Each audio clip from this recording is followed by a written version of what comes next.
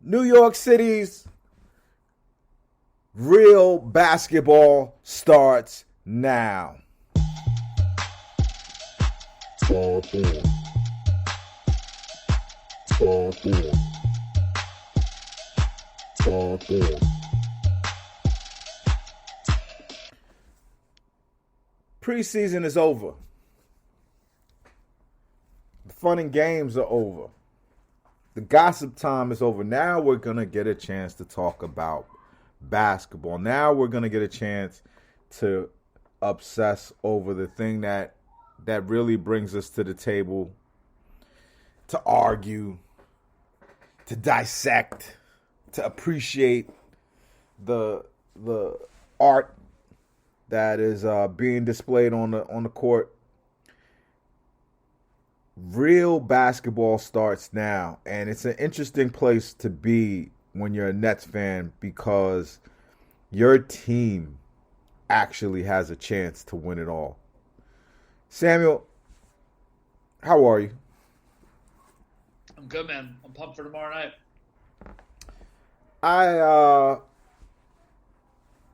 I wonder, like, because your perspective might be a little different from mine. Going into a season like this, could you be too cocky? Could you be too confident? I don't know. We the best. It really is quite evident that we are the best team out there. Like what? How do you feel, man? Is this normal? Until they win, I've seen too much losing, and until they're the last one standing, I'm gonna be very, very, very reserved because that's my nature.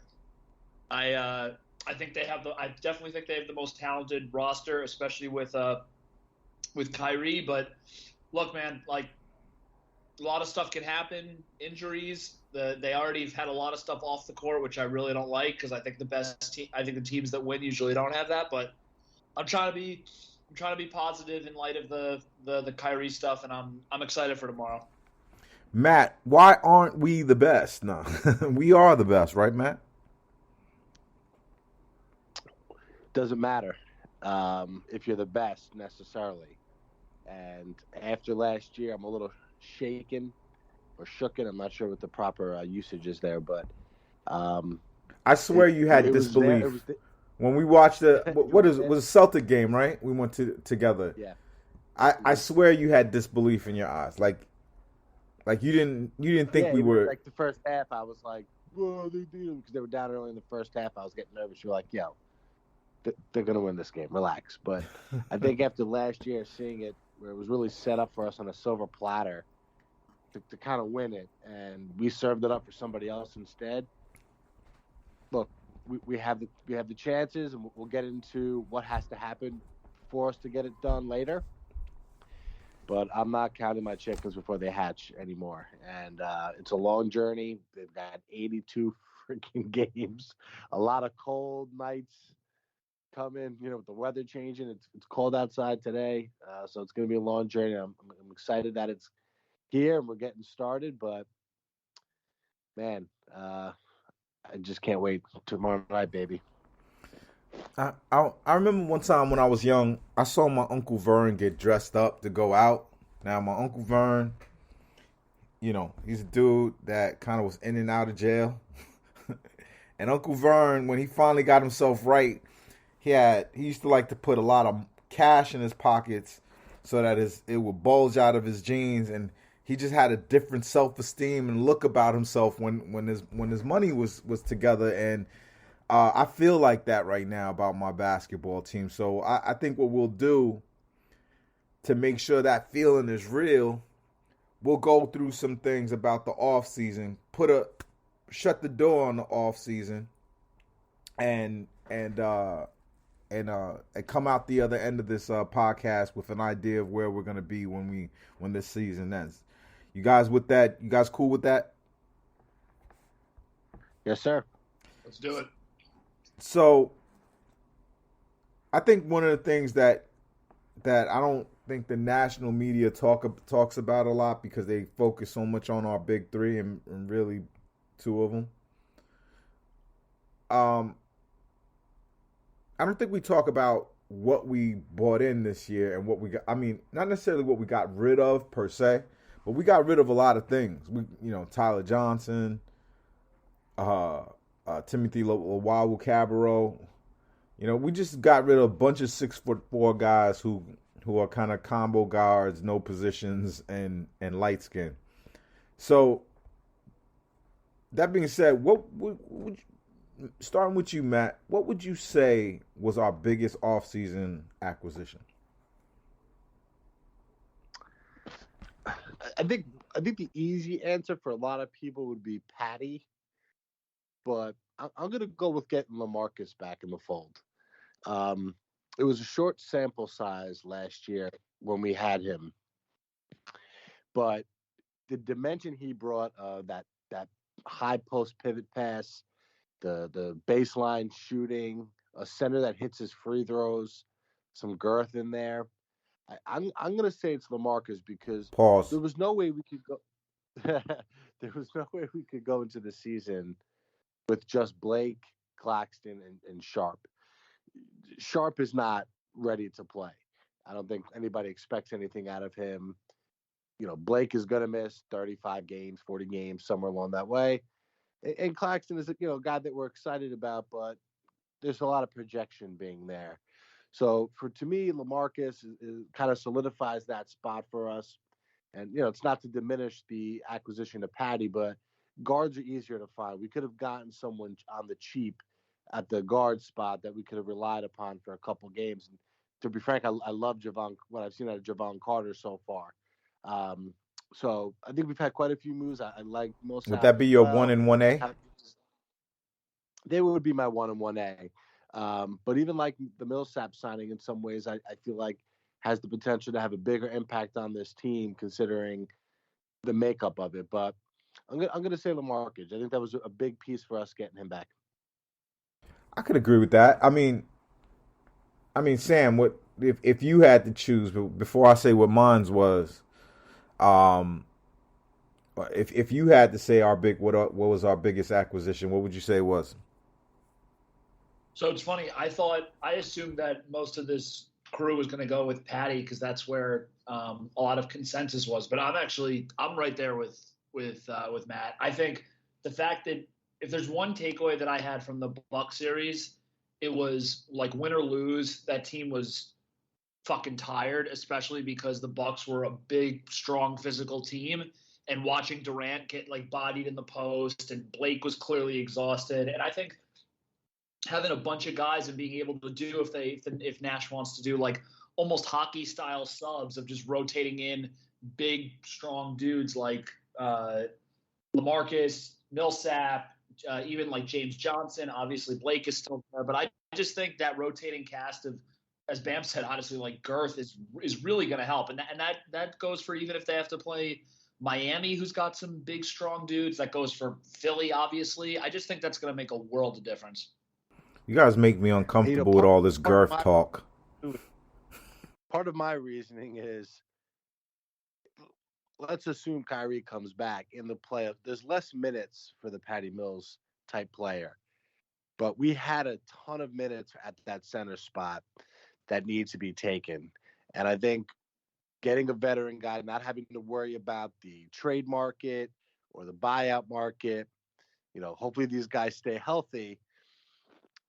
That's going to make a big difference for us. We now have a legit 3-man rotation at the spot where we can mix and match depending on matchups where, Patty's the better overall player, but for the team, I think this was just a more important get. I'm going to shock everybody, but let's go back to where I come from on this topic. I've been saying for years we need to get bigger up front. I've been crying about how every single year Sean Marks finds another 6'4" combo guard to play at power forward. I'm tired of the Travion Grahams. I'm tired of the Timothy Luwawu-Cabarots. I'm tired of the Tyler Johnsons, the Allen Crabs, who am I missing? These 6'4" combo guards that we play at small forward, and power forward. And so that should tell you what I would say is the most important thing that we've brought in, because we've brought in not only returning LaMarcus, but we've also brought in James Johnson, a player that I've been wanting to have on the Nets for like 20 years, or forever how long he's existed. Player Right. for a while. We needed a dirty guy. We needed to get like someone who's crazy, who's just on the court. Like, you never know what can happen with that guy. But he's super rich now. I don't know how tough he is anymore. Before the rich guy. We needed somebody that if it wasn't for basketball, they'd be in prison. Right. And that's He's definitely actually in jail. I don't want to say nothing bad about you, James. I love James Johnson, the player, but you do look like that could be true. But all that being said, all those things being put on the table, and how much I've wanted to have size pause on myself in the team, my choice is Cam Thomas.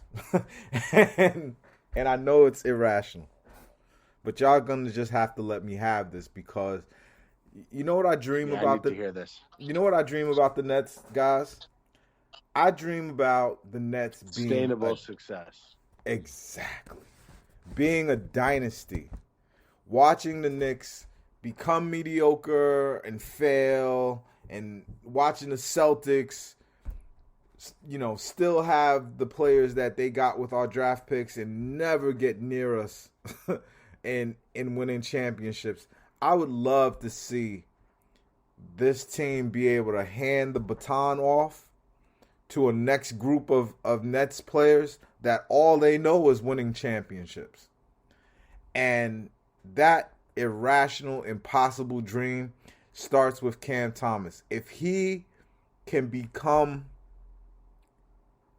the next James Harden, which he's not James at all right now. Besides the scoring side, he's a better scorer than James, but James is a better passer, better overall basketball, more of a freakishly built athlete. Like, the things that Cam Thomas is, the 2 tree stumps for legs, the solid foundation base, the uncanny ability to shoot off balance with precision.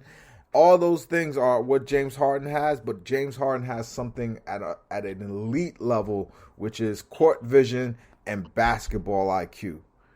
Cam doesn't have those things. He's a cold-blooded, cutthroat scorer right now. But guess what? What Cam does have is James Harden. And if James Harden could teach him the things and show him the things and how to get to that point in your game where Cam Thomas becomes a guy that just because you have him, there's 65 wins in a season. Just having James Harden alone with a bum-ass Chris Paul got 65 wins in the West. I would love to see Cam Thomas develop into that kind of player. And so I'm going to say, for this offseason and for the many off seasons to come, I hope this kid is at least Donovan Mitchell level, and we'll look back at it and say that he was our biggest pickup. Well, obviously that would be a home run if he became half the player James Harden is. He's half right now, I think. Scoring-wise, he's... Listen. This reminds me when you told me Hollis Jefferson was going to be Draymond. You love young players. You get hype over the young guys. I do.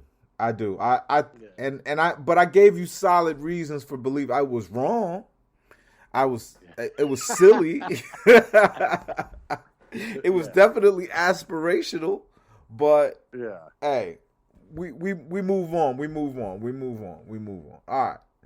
So I don't know how to really encapsulate this, because it's kind of, it's kind of like a hard thing to really put a target on,